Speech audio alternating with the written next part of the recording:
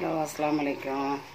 இதுமா ப்ரெட்டு இது கோதுமை மாவில் ஈஸ்ட்டு, உப்பு, சால்ட்டு, எள்ளு, பட்டர், முட்டை எல்லாம் போட்டு சேர்த்து பால், பசும்பால், தேங்காய் பால் ஊற்றலாம். பசும்பால் தான் ஊற்றுறேன். ஊற்றி நல்லா சேர்த்துக்கிறணும். அதுக்கு பிறகு கார்லிக் அவிச்சு அதை சுட்ட பிறகு மேலே தேய்ச்சி கொஞ்சம் எள்ளும் தூச்சினா ரொம்ப டேஸ்ட்டாக இருக்கும். கொஞ்சம் வெளிநாட்டு மனம், ரொட்டி மாதிரி மணக்கும். இது சும்மாவே திண்டரலாம். ஏதாவது சாசு கேசு மயானு சீனாலும் கூட தொட்டு திண்டுக்கலாம். கறிப்பொடி இல்லாட்டா டக்குன்னு வீட்டில் இருக்கிற சாமானை போட்டு செய்தே தான். பாருங்கள் எப்படி இருக்கிறேன்ட்டு பார்த்துட்டு சொல்லுங்கள். நீங்களும் இதே போல் செஞ்சு தின்னுங்க. சத்து நல்லா பெரிய ரொட்டியாக தவாவில் ஊற்றிட்டேன்.